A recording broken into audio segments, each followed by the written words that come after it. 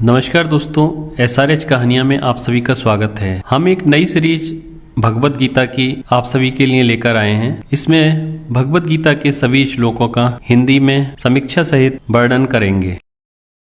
अध्याय 2 भाग 16। असत वस्तु का तो अस्तित्व नहीं है और सत का कभी अभाव नहीं है। इस प्रकार इन दोनों का ही तत्वदर्शी ज्ञानी पुरुषों के द्वारा देखा गया है। वेदांत शास्त्र में सत असत का विवेक अत्यंत वैज्ञानिक पद्धति से किया गया है। हमारे दर्शन शास्त्र में इन दोनों की ही परिभाषाएं दी हुई हैं। असत वस्तु वह है जिसकी भूतकाल में सत्ता नहीं थी और भविष्य में भी वह नहीं होगी, परंतु वर्तमान में उसका अस्तित्व प्रतीत सा होता है। मांडुक्य कारिका की भाषा में जिसका अस्तित्व प्रारंभ और अंत में नहीं है, वह वर्तमान में भी असत ही है।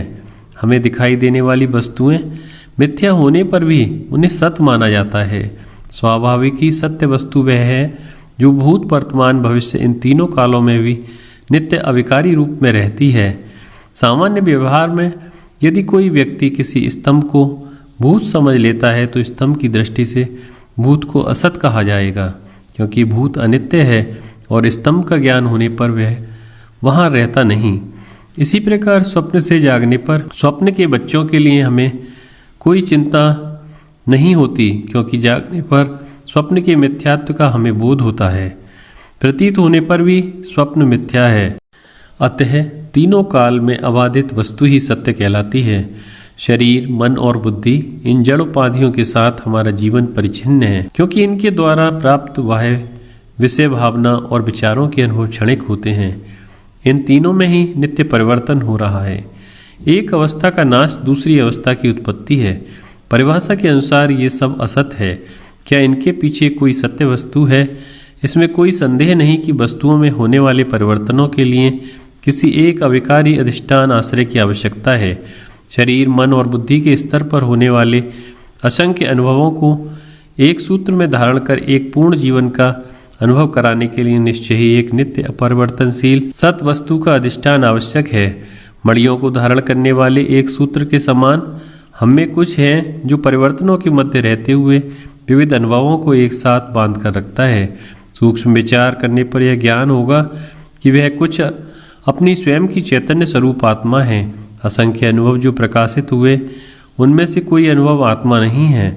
जीवन जो कि अनुभवों की एक धारा है, योग है, इस चैतन्य के कारण ही संभव है। बाल्यावस्था, युवावस्था और वृद्धावस्था में होने वाले अनुभवों को यह चैतन्य ही प्रकाशित करता है। अनुभव आते हैं और जाते हैं। जिस चैतन्य के कारण मैंने सबको जाना, जिसके बिना मेरा कोई अस्तित्व नहीं है, वह चैतन्य आत्मा जन्म और नाश से रहित नित्य सत्य वस्तु है। तत्वदर्शी पुरुष इन दोनों सत और असत, आत्मा और अनात्मा के तत्व को पहचानते हैं। इन दोनों के रहस्य में संयोग से यह विचित्र जगत उत्पन्न होता है। फिर वह नित्य सदवस्तु क्या है, सुनो। अध्याय 2 श्लोक 17। उस वस्तु को तुम अविनाशी जानो जिससे यह संपूर्ण जगत व्याप्त है। इस अव्यय का नाश करने में कोई भी समर्थ नहीं है। समस्त जगत को जो व्याप्त किए हुए है और इस दृश्यमान अनुभव में आने वाले जगत का जो अधिष्ठान है वह सत है। मिट्टी के बने अनेक प्रकार के पात्र होते हैं, जिनके विभिन्न उपयोगों के कारण अथवा उनमें रखी वस्तुओं के कारण उनके विभिन्न नाम होते हैं, परंतु विविध आकारों के होने पर भी वे सब एक मिट्टी के ही बने होते हैं, जो सब आकारों में व्याप्त होती है और जिसके बिना किसी भी पात्र का अस्तित्व सिद्ध नहीं हो सकता। उन सब की उत्पत्ति, स्थिति और लय मिट्टी में ही है, अतः उनमें मिट्टी ही वास्तव में सत्य है। इसी प्रकार यह नित्य परिवर्तनशील जगत नित्य अविनाशी तत्व से व्याप्त है और भगवान कहते हैं कि इस तत्व का विनाश कदापि संभव नहीं है। तब फिर असत क्या है जिसका अस्तित्व नित्य नहीं है, सुनो। अध्याय 2 श्लोक 18। इस नाश रहित अप्रमेय नित्य देही आत्मा के ये सब शरीर नाशवान कहे गए हैं। इसलिए हे भारत, तुम युद्ध करो। आत्मा द्वारा धारण किए हुए भौतिक शरीर नाशवान हैं, जबकि आत्मा नित्य अविनाशी और अप्रमेय अर्थात बुद्धि के द्वारा जानी नहीं जा सकती। यह आत्मा नित्य और अविनाशी है, ऐसा कहने का अभिप्राय यह है कि आत्मा का न पूर्णतः नाश होता है और न अंशतः नित्य आत्म तत्व को अज्ञेय कहा गया है, जिसका अर्थ यह नहीं कि वह अज्ञात है। इसका तात्पर्य यह है कि जिस प्रकार हम इंद्रियों के द्वारा विषयों को जानते हैं, उस प्रकार इस आत्मा को नहीं जाना जा सकता। इसका कारण यह है कि इंद्रियां, मन और बुद्धि आदि हमारे ज्ञान की प्राप्ति के साधन हैं। वे स्वतः जड़ हैं और चैतन्य आत्मा की उपस्थिति में ही वे अन्य वस्तुओं को प्रकाशित कर सकते हैं।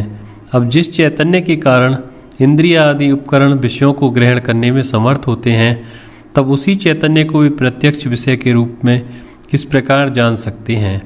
यह सर्वथा असंभव है। और इसी दृष्टि से यहाँ आत्मा को अज्ञेय कहा गया है। आत्मा स्वतः सिद्ध है, इसलिए हे भारत, तुम युद्ध करो। वास्तव में इस वाक्य के द्वारा सबको युद्ध करने का आदेश नहीं दिया गया है। जिस धर्म की आधारशिला क्षमा और उदार सहिष्णुता है, उसी धर्म के शास्त्रीय ग्रंथों में इस प्रकार का युद्ध का नारा संभव नहीं हो सकता। कोई टीकाकार यदि ऐसा अर्थ करता है तो वह अनुचित है और वह गीता को महाभारत के संदर्भ में नहीं पढ़ रहा है। हे भारत, तुम युद्ध करो, ये शब्द धर्म का आवाहन है प्रत्येक व्यक्ति के लिए, जिससे वह पराजय की प्रवृत्ति को छोड़कर जीवन में आने वाली प्रत्येक परिस्थिति का निष्ठापूर्वक और साहस के साथ सामना करे। अधर्म का सक्रिय प्रतिकार, यह गीता में श्री कृष्ण का मुख्य संदेश है। अब आगे भगवान उपनिषदों के 2 मंत्र सिद्ध करने के लिए उद्धृत करते हैं। इस शास्त्र का मुख्य प्रयोजन संसार के मूल कारण मोह, अविद्या की निवृत्ति करना है। भगवान कहते हैं, यह तुम्हारी मिथ्या धारणा है कि भीष्म और द्रोण मेरे द्वारा मारे जाएंगे और मैं उनका हत्यारा बनूंगा। कैसे? अध्याय 2 श्लोक 19। जो इस आत्मा को मारने वाला समझता है और जो इसको मरा समझता है, वे दोनों ही नहीं जानते हैं, क्योंकि यह आत्मा न मरता है और न मारा जाता है। आत्मा नित्य अविकारी होने से न मारी जाती है और न ही वह किसी को मारती है। शरीर के नाश होने से जो आत्मा को मरी मानते हैं या जो उसको मारने वाली समझते हैं, वे दोनों ही आत्मा के वास्तविक स्वरूप को नहीं जानते और व्यर्थ का विवाद करते हैं। जो मरता है वह शरीर है और मैं मारने वाला हूँ, यह भाव अहंकारी जीव का है। शरीर और अहंकार को प्रकाशित करने वाली चैतन्य आत्मा दोनों से भिन्न है। संक्षेप में इसका तात्पर्य यह है कि आत्मा न किसी क्रिया का कर्ता है और न किसी क्रिया का विषय, अर्थात उस पर किसी प्रकार की क्रिया नहीं की जा सकती। आत्मा किस प्रकार अविकारी है, इसका उत्तर अगले श्लोक में दिया गया है। अध्याय 2 श्लोक 20। यह आत्मा किसी काल में भी न जन्मता है और न मरता है और न यह एक बार होकर फिर अभाव रूप होने वाला है।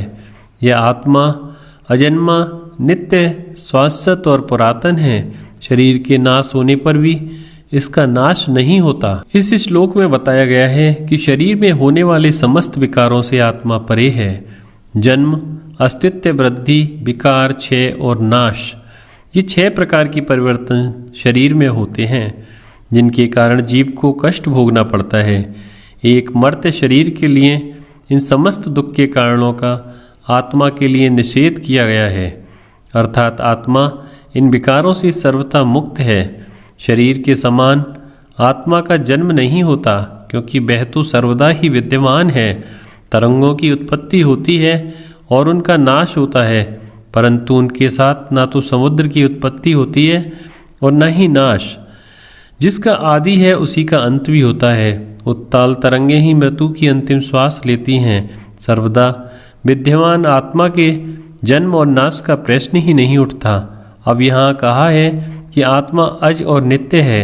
आत्मा में क्रिया के कर्तव्य और विषयत्व का निषेध तथा उसके बाद तर्क के द्वारा उसके अविकारत्व को सिद्ध करने के बाद भगवान इस विषय का उपसंहार करते हुए कहते हैं। दोस्तों, इसी तरह की और वीडियोस के लिए आप हमारे YouTube चैनल SRH कहानियाँ सब्सक्राइब करें। वीडियो देखने के लिए बहुत बहुत धन्यवाद।